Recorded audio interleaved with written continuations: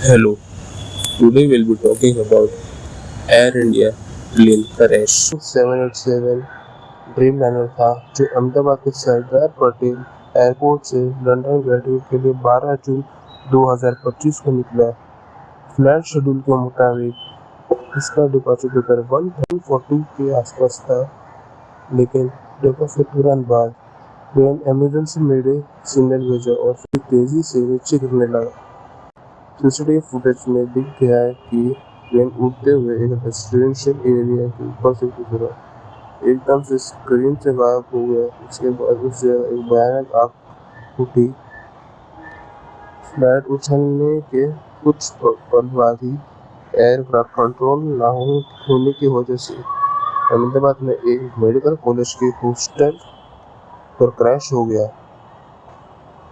Crash के वक्त hostel का डाइनिंग हॉल में लंच चल रहा था। इसमें कम से कम 5 मेडिकल स्टूडेंट्स की जान गई और लगभग 50 लोग घायल हुए।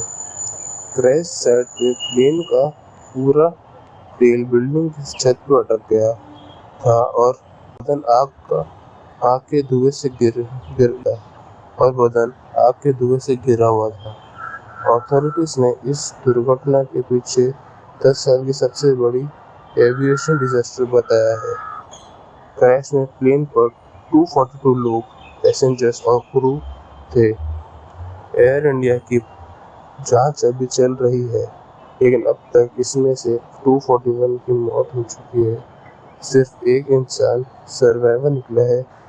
प्लेन पर मौजूद लोगों में 217 एडल्ट्स, 11 बच्चे और 2 इन्फेंट्स थे।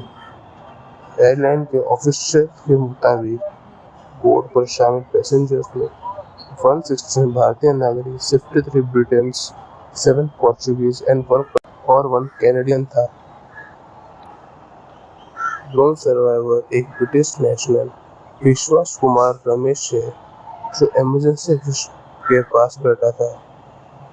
उसके अलावा एक नोटेबल विक्टिम गुजरात के पूर्व मुख्यमंत्री विजय रूपानी थे, जो इस दुर्घटना में शामिल थे। ग्राउंड पर भी मृत्यु की संख्या है। क्रैश साइट कॉलेज हॉस्टल था। समय कम से कम 5 बच्चे मार भी गए। Rescue operation.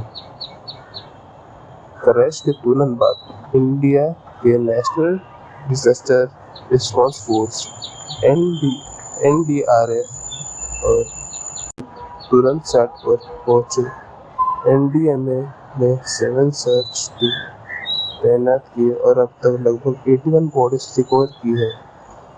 भारत सरकार के बताने पर भारतीय सेना ने 130 पर्सनल्स, डॉक्टर और पैरामेडिक समेत डिप्लॉय किए हैं।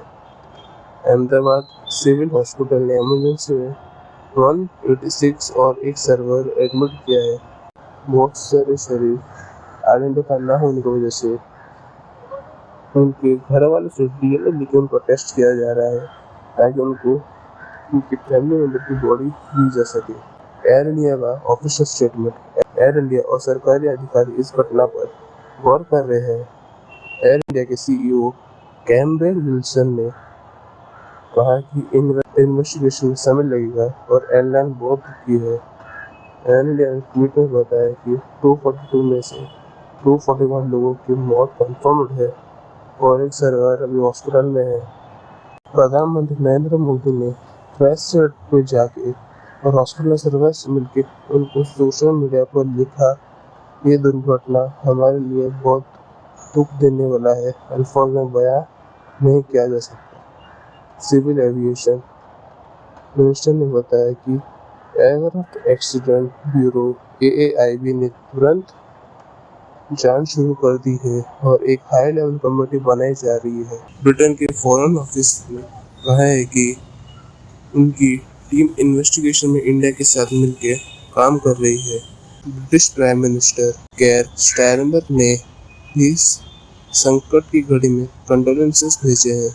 उन्होंने सीन को डिवास्टिंग बताया और कहा है कि ब्रिटिश अथॉरिटीज इंडिया इन्वेस्टिगेटर्स को असिस्ट कर रही है।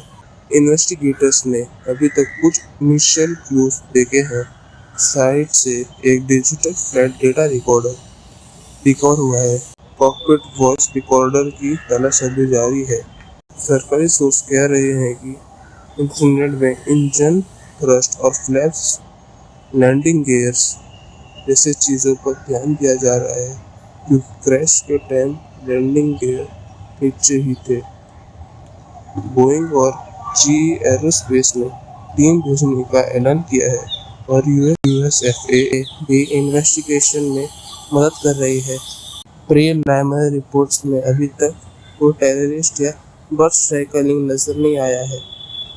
इंडिया के सिविल एविएशन रेगुलेटर भी बोइंग 787 फ्लीट के प्लेन पर एक्स्ट्रा सेफ्टी चेक्स चलाने के लिए आदेश दिया जा रहा है। अभी सभी इन्फॉर्मेशन को वेरीफाई किया जा रहा है। एयर इंडिया के सीईओ के हिसाब से ये पूरा प्रोसेस वक्त लेगा और सभी अफेक्टेड लोगों को सहारा देने की कोशिश कर रहे हैं।